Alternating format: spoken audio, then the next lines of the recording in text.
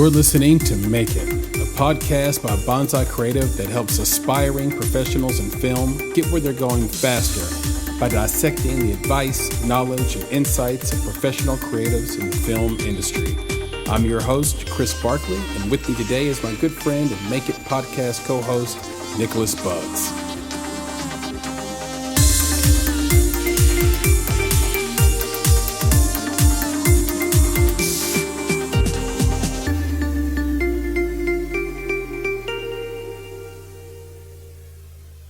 Hello, Chris here with another episode of the Make It podcast. And this is an Indie Talk week, and that means I'm here with my good friend and co-host of the Make It podcast, Nicholas Buggs. Nick, say hello. Hello. And my friend Chris, it's not just me who's here with you today. I wanted to let you know that my friend John Barr is hanging out with me as well. And if you're not familiar with my friend, this is a blended Scotch whiskey, reserve blend. So, it's Nick Buggs, and you've got John Barr as well. Oh, man, I wish that I were drinking something with you right now. I just had some of this Four Sigmatic lion's mane mushroom elixir, which I drink as if it's a tea. So I'll just pop the powder in a mug, hot water over the top, and then I'll kind of let it just steep for a little bit, and then I'll get that. And I've actually seen medicinal effects of both bourbon, Scotch, and tea. So I think either way we're in a good place. But yeah, man. But I didn't fancy you as a Scotch drinker. I used to drink McClellan back in the day. Yeah, I know that one. Yep. And then I haven't had Scotch in a long time, and I think it's because of the sort of marketing machine and influence of both bourbon and tequila. And then all of a sudden, overwhelmed by them. And so everyone wants to drink, the latest bourbon, right? No one says, "Hey, pour me a Scotch" anymore. And they're not that foreign of drinks. Like they're kind of in the same world. But now people come to your house and they want to see your bourbon collection. And the latest bourbon I've had is the Southern Revival bourbon. It's sorghum, and it's incredible. It's so different. It's really unique. I know that every now and then, Nick, I will give these bourbon and tequila recommendations on this podcast. But yeah, go check out the Revival. They have a couple of different flavors and styles of bourbon and whiskey. And so far, all of them are great. Slightly sweet, but not super sweet, but full-bodied, really, really good stuff. Highly recommended. And you, I guess, are recommending the John Barr Scotch. Indeed. It's very, very smooth, my friend.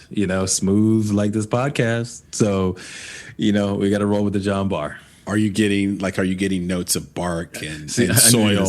Are you getting notes of plastic soda can, bottle, cherry. Yeah, none of that, my friend. None of that. No. We have friends that do this. They follow the bourbon blogs and they talk about bourbon in this way. I taste cinnamon stick and chemicals, but only on its nose. But right. They're drinking the wrong thing, my friend. Its foundational roots are chocolate and smashed blackberries. Right. Sure. Okay. Yeah. There's a lot to taste. And look, there's something to it, because I used to have a friend named Craig. I went to Hawaii with him back in the day, and he had just gone through a divorce, so he was drinking like a fish, and he had went to go try to be a sommelier, a master one at that, right? And so he had to be able to taste just without looking, like where the wine was from, what region, all that stuff, what type.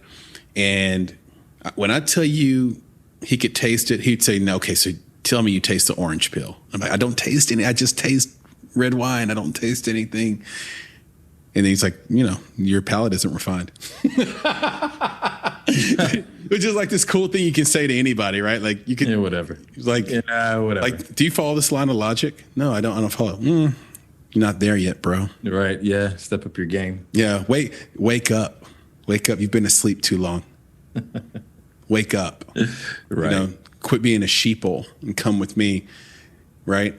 That's what people can always, like, if you don't get a point, then people can always shame you, about not being woke enough to understand like that you should be tasting like blueberry or like black currants, or that you should understand this concept. And one of those things is diversity, equity, inclusion right now, which is a hot topic and something we want to talk about today.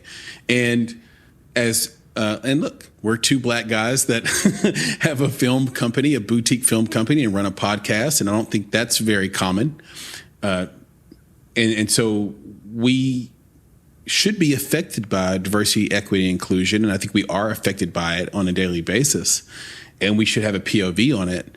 But I don't think it's the POV, Nick, that everyone would assume that we would have. And so we want to talk about that today a little bit, because it's in the news, in the film world, especially around the Golden Globes and their HFPA and these 90 journalists that are all white and pick the nominees and the winners every year. So why don't we hop into this deep and varied and juicy subject of not red wine and scotch and bourbon notes, but of the notes and flavors and undercurrents of diversity, equity, and inclusion, Nick. You talking about the darker the berry, the sweeter the juice. Mm-hmm. Yeah, well, getting back to what you said about the HFPA. Now, I don't know that they're all white, but I will say that one of the comments that was made during the Golden Globes is that there are no black people on that judging panel of journalists, and it was a hot topic. Again, they're judging, which films should get the awards, and yet, none of them have this perspective, from, you could say, an African American perspective, to be able to vote on, from that perspective, from that lens, on what might be a great film, a great performance, a great whatever, what have you. And, what really struck me about it, because again, we talk indie. Right. We talk Hollywood sometimes, but we talk Hollywood so we can get back to what we know and what we love and that's the indie world. Right. I thought about this right now. It's like, okay, there's a lot of talk about it. People are making jokes about it. There was a Times investigation into the HFPA and their diversity and inclusion. And the HFPA has gone out and hired a diversity consultant and hired a law firm to help them with, exclusionary practices. Like, this is legit. Like, it's not like a small thing, right? It's like they're doing all this stuff. At least they're presenting like they're doing it. But anyway, it's a big conversation. So I thought about, okay, how does that work in indie film? Right. So not just the judging of things at, award shows and things like that, because the indie world doesn't really have that, beyond the film festival world. But, just thinking about a film crew, like, how does that translate? Because, you and I have told, countless people, and we've said it on the podcast, like, our whole motto is like, no mercenaries. Right. We're not messing with people who aren't messing with us. Like, it's not about the film. It's about us. It's about relationships. You want to work with people who not just, who aren't just interested in a project or a product or a payday. You want to work with people who are interested in you, right? And want you to be successful. So if that's the case, right, if other indie filmmakers are in the same boat and you're like, no mercenaries, then, let's say I hang out, in the black community, and I've got a lot of black friends. And I'm like, hey, do you know a cinematographer that can help me out on my next film? Well, my black friend in the black community might call somebody black, right? In the black community. And now I've got I'm a black director, writer. I've got my buddy who's been working with me forever, and he's a producer, and he's black. This guy I talked to got me a black cinematographer, and we're making a black story. So it's black actors.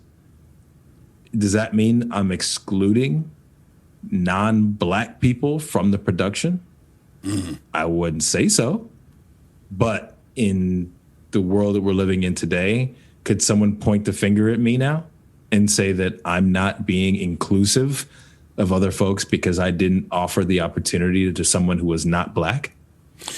Yeah, it's an interesting problem to dig into, and I want to dig into it a little bit because right now, and I will say full disclosure, I've done some work in DEI, and I continue to do that. Diversity, equity, and inclusion over the last year, and those get coupled together. But the issue at the Golden Globes is really one of the I, right? So the inclusivity part of that, you could argue the diversity part, obviously, as well. And you could argue a little bit of the equity part, but it's like, here's the thing: if you have a group that doesn't have any people of color on it, or no black people, let's say, then you could argue that black people didn't get any equity due to the lack of diversity. And so therefore they weren't included, in the Golden Globes.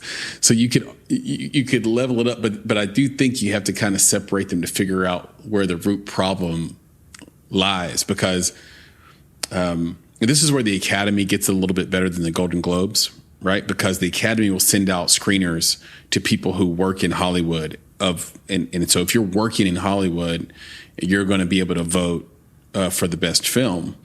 And the reason that works a little better is because artists hate being in this space.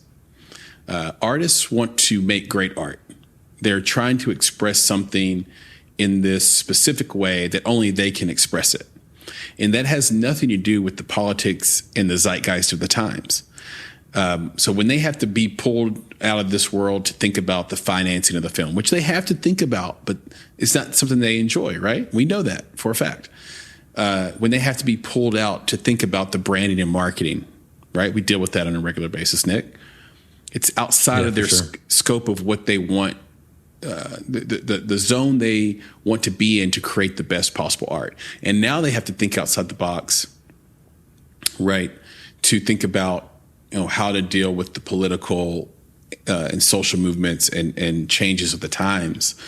On top of everything else. I'm reminded of having a meeting with a director years ago, right at the peak of the Me Too movement, where, his somewhat underthought suggestion is, do I ever hire another woman in the crew again, like just to avoid the trouble of it?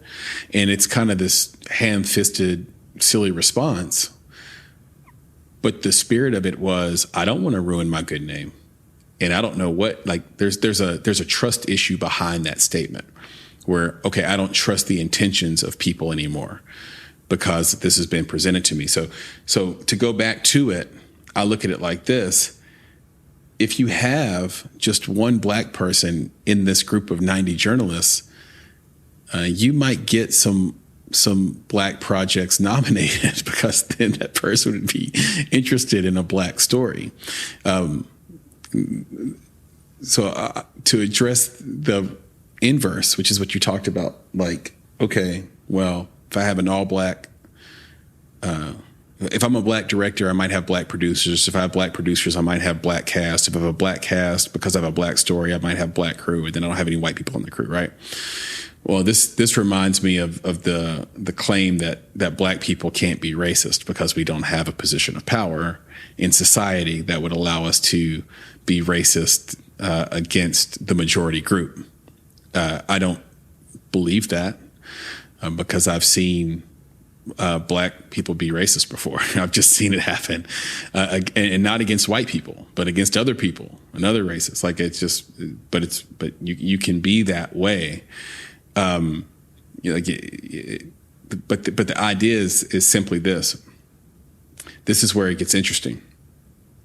If you grow up in America as a black person, you get taught through socialization that white people are beautiful, or the most beautiful, I should say, that their stories matter. That and not only that, but I would say 90% of the stories you're going to watch on a regular basis growing up are going to be about white people and in their life and American life viewed through the lens of the majority race in the country, right? So if you were a black person in the Golden Globes, for example, right? So let's say the Golden Globes, of the 90 journalists, they changed it where 40 of them were black. If those 40 black people live in a majority white country, they still might vote for Nomadland, which, by the way, was directed by a minority director, but or they still might vote for Schitt's Creek, which is incredible, or The Crown, which is one of the best written and shot shows ever, by the way. So like all these winners were well deserving it. So, but the idea is that it doesn't work the other way around, right? So if I'm black and I grew up in a majority white country, I'm going to appreciate a white story and I might vote for that. But if I'm white and I'm the majority group, I'm not necessarily going to be interested in a black story. And that's the problem. Yeah. I mean, I think, like you said, that's the problem. I think it's just, like you said, it's the lenses, so sometimes, when they talk about it, it's no black people, it's no this color, it's no this gender. Again, it gets back to what you just said, which was really it isn't the color. Mm-hmm. It's the lens. Yeah. Right. So, if you're looking for diversity, equity, and inclusion, then it's really about the lens of the people who are on this board. Like it's the same thing with, with film. It's the people that you pick it to be in your circle, you believe share a common lens. Mm-hmm. So, again, I just said that, I got my buddy who's a producer. Well, let's say that buddy grew up in the same neighborhood I did.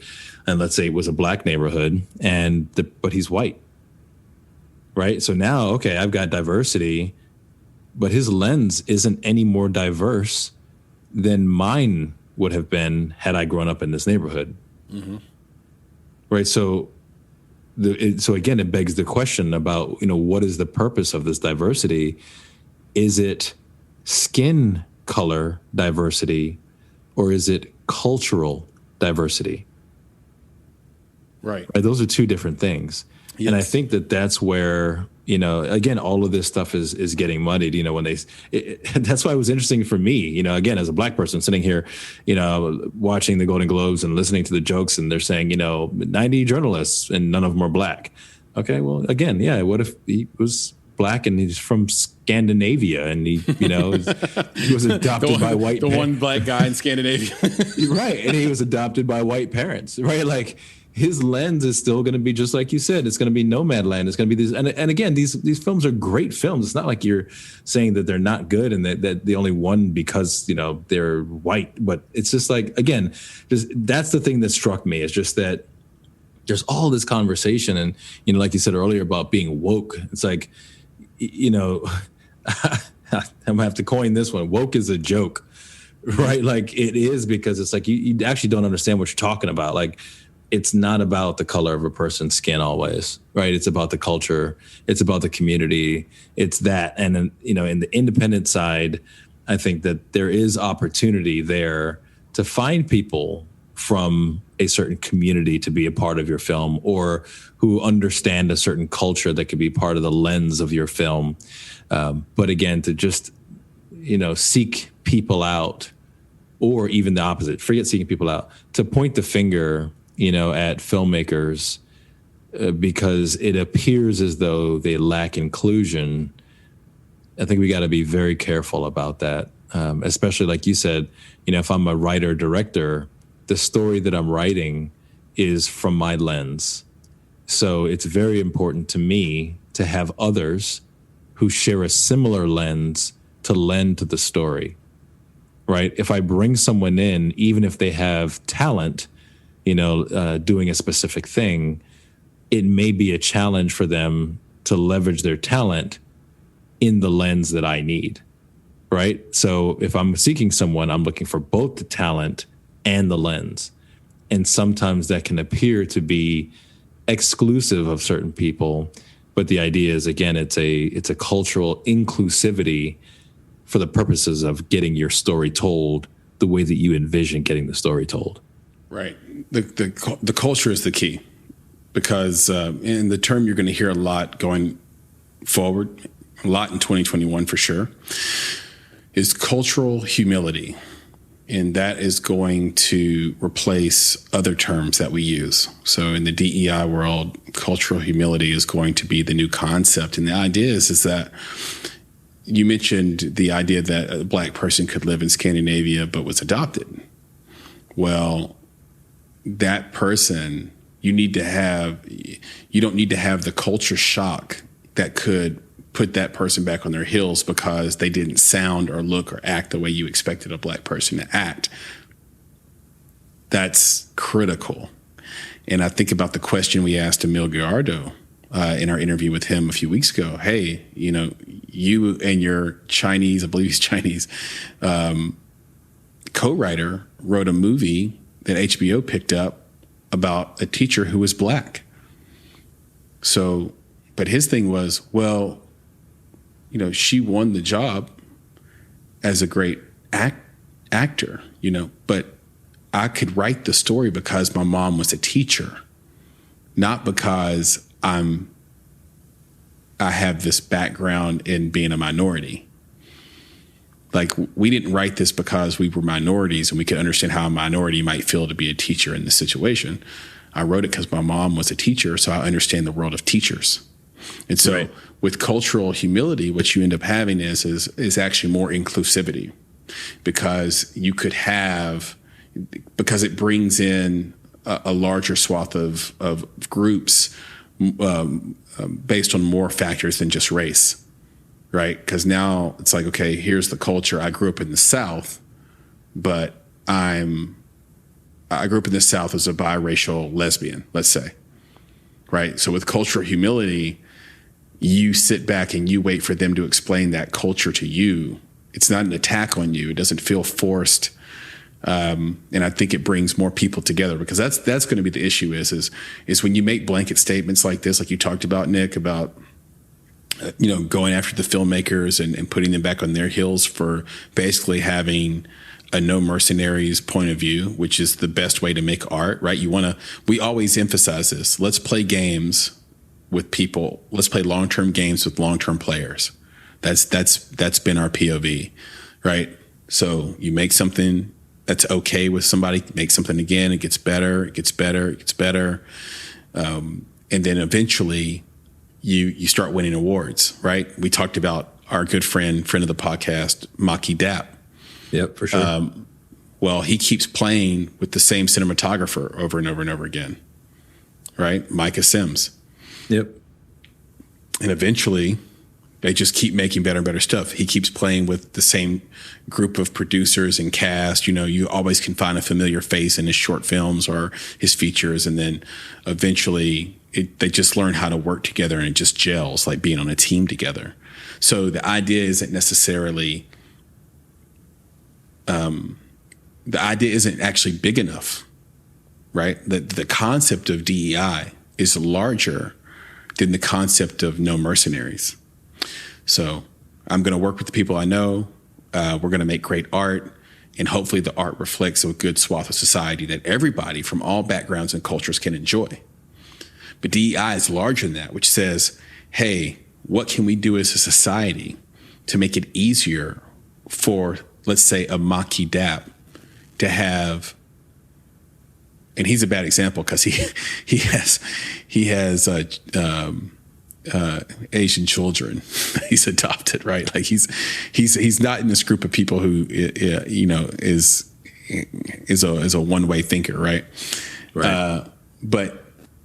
But let's just keep on with the Maki example, which is, okay, how do we make it easier for Maki to get to know a Chris and Nick, so that Chris and Nick are someone he knew and would converse with without being presented to us in a film context, like we were just friends, right? Like I've always thought that was the key. Like the way my dad met my mother, right? My mom is Black.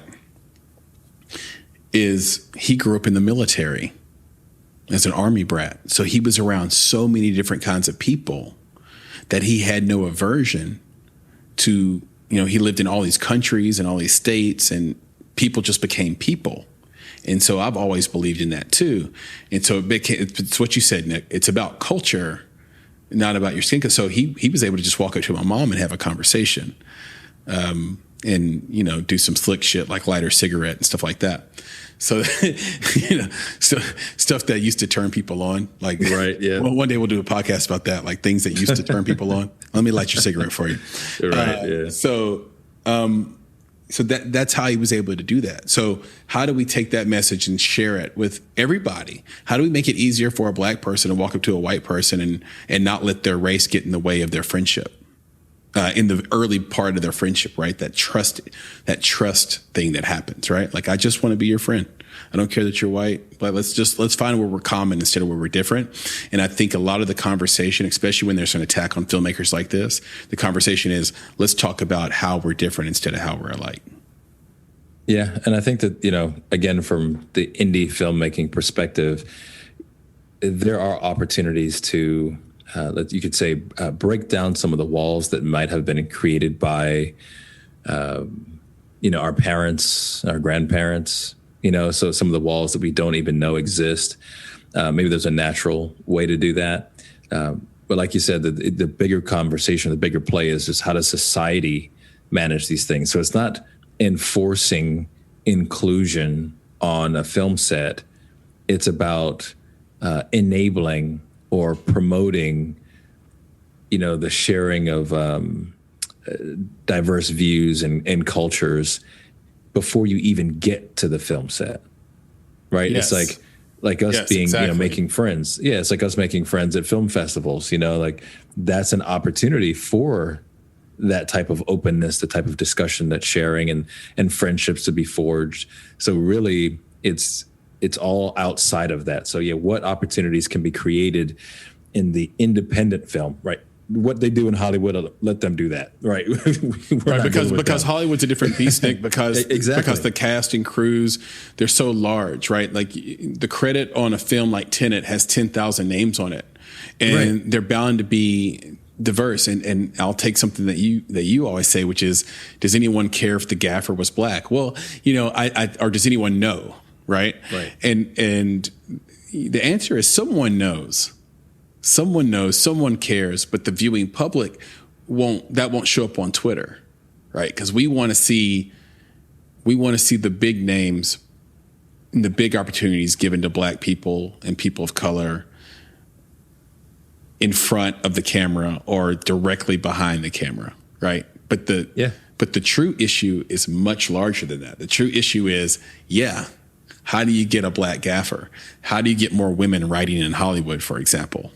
Like, how do you, this is the big problem where the general sort of woke part of society, quote unquote, they don't see, that's not the focus. The focus is the big fish and the low hanging fruit. Let's grab that and just run with it.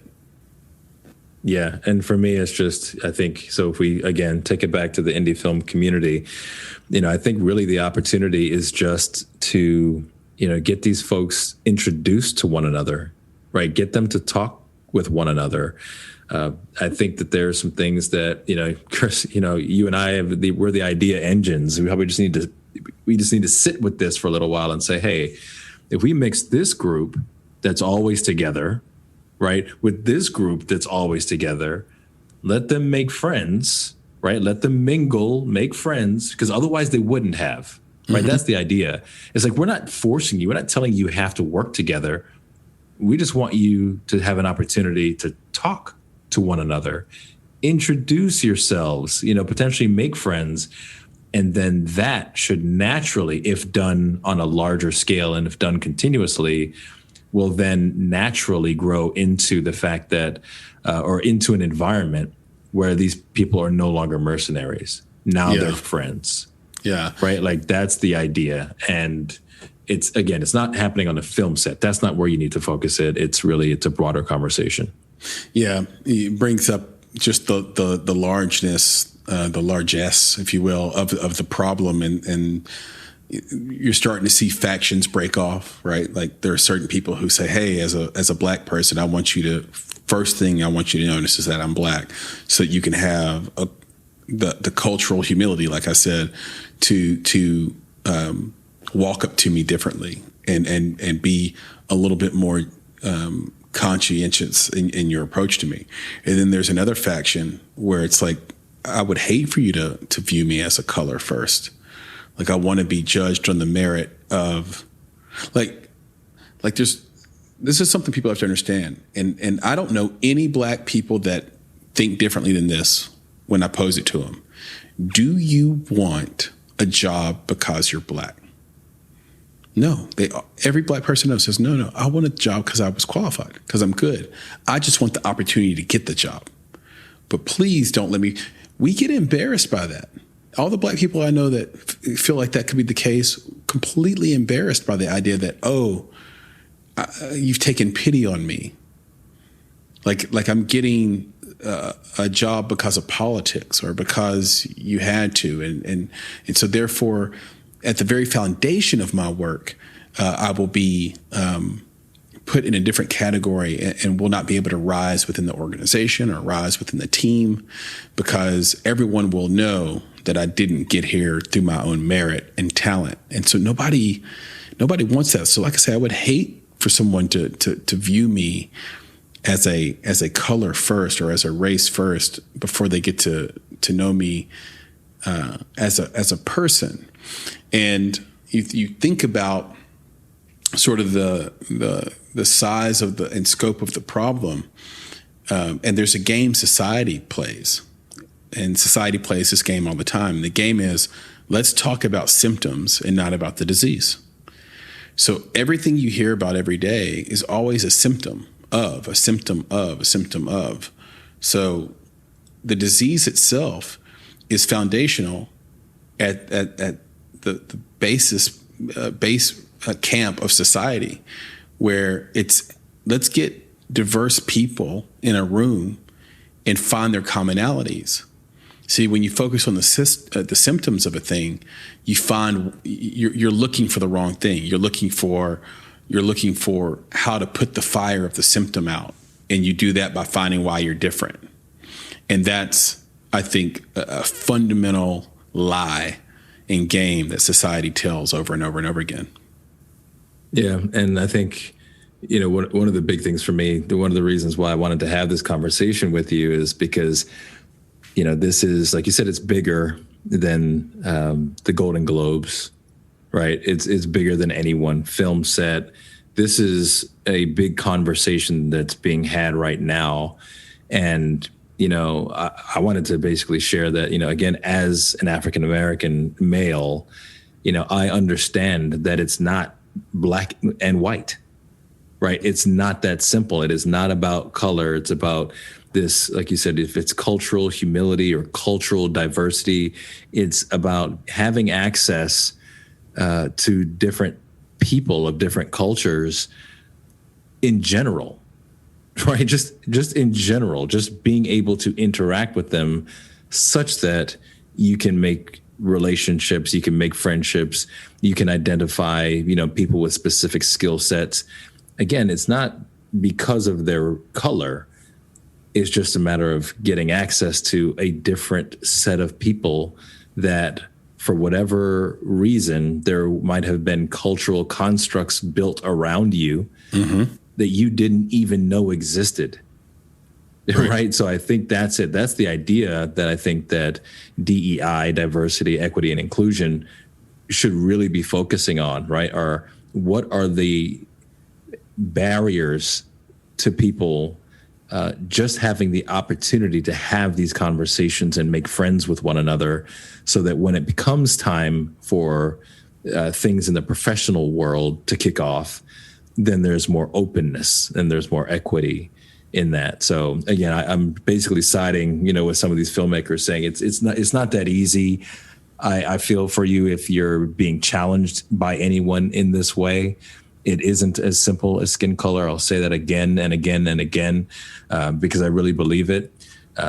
but yeah, it's a challenge, and it's something that, maybe Chris, you and I, again, putting our heads together, it's something that we can try to work towards correcting in some way, basically giving these opportunities to filmmakers to get together in platforms that normally they would not have, thereby giving them opportunity to make new friends and, not make mercenaries out of people. Yeah, and look, we have to open ourselves up to the possibility that when we've been hired in the past to be advisory producers or brought in even as executive producers or brought in to do consults on scripts or films or whatever it may be, we have to open ourselves up to the idea that was also an intentional diversity play, and that there's this, you mentioned, for example, that the HFPA is going to hire a diversity officer and a legal team and all this stuff. And that's done with great intention, because it's a force multiplier. It's okay. On its face right away, you can see we're taking action, we're spending money. But for the non-cynics listening, the other thing that happens is that person will come in and improve the situation around diversity, equity, and inclusion. Those people will come in and actually serve a purpose. It's not just fluff. I've met a few of these great folks that do this. Alfonso Alexander here in town where I'm at in Nashville, Tennessee, does a great job with diversity, equity, and inclusion. And when he's brought in, he's there to do real work. But it's also a win for whatever company hires him, because they can say they took action towards this initiative.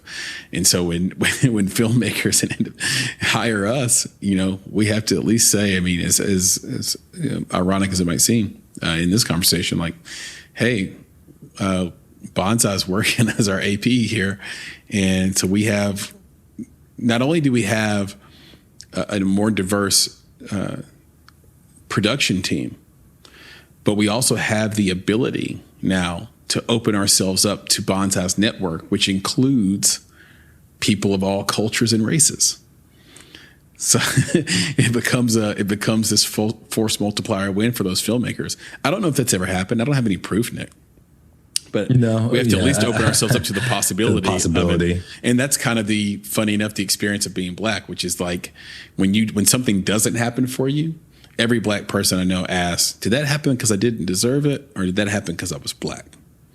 And that's a little bit of inside baseball and being a Black person in America, but it kind of is what it is what it is until we can change it and work together to change it, right?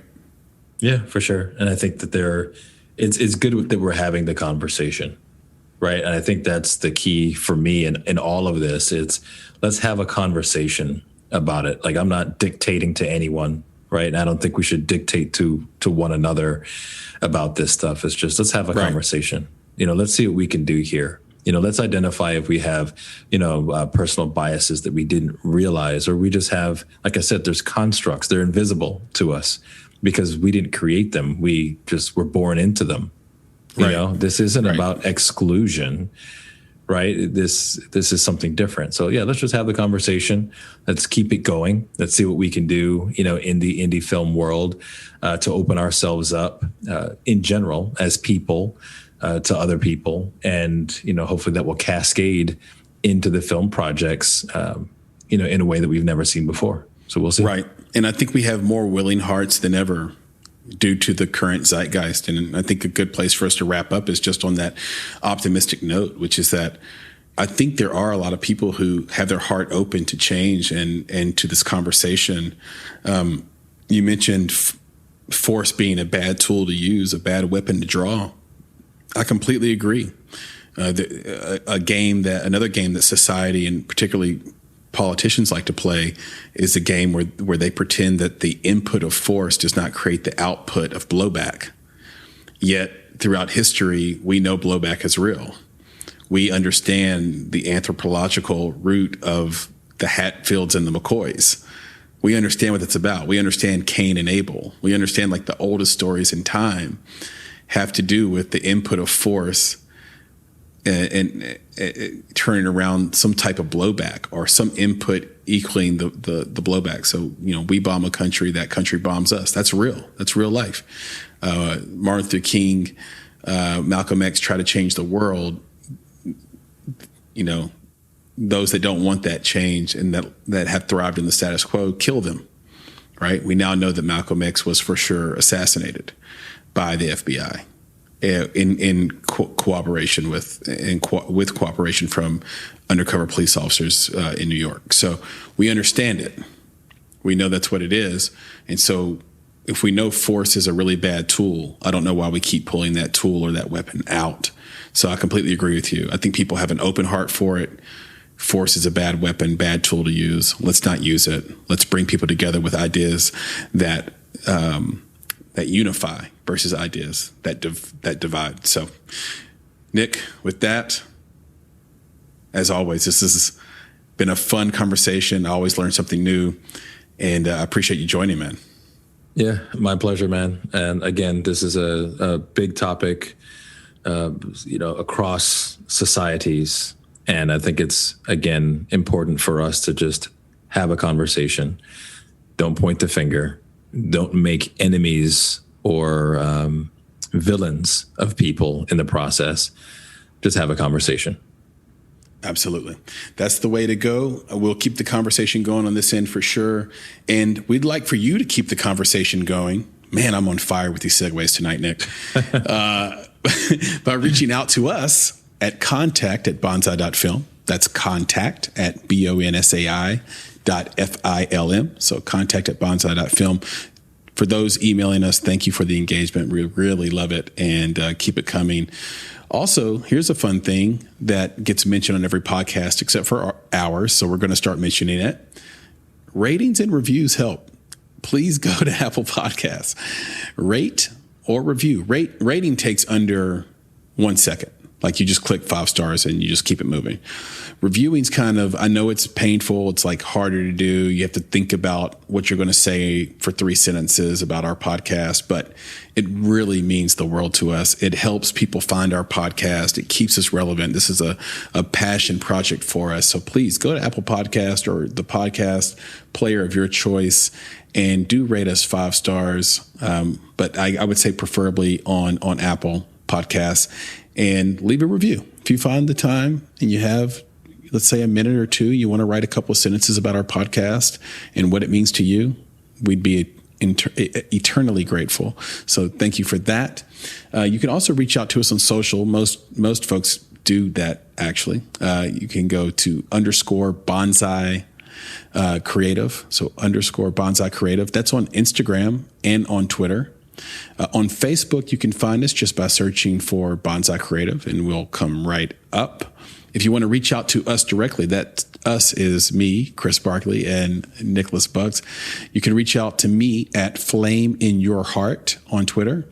Your is spelled UR, so Flame in Your Heart. And then you can reach out to Nick directly on Twitter at Nicholas Buggs. Nick, with that, please send us off with the credo. My pleasure. Be creative. Is that right? Be always. Is that right? No. What is it? Oh, John Barr. Oh, that's not right.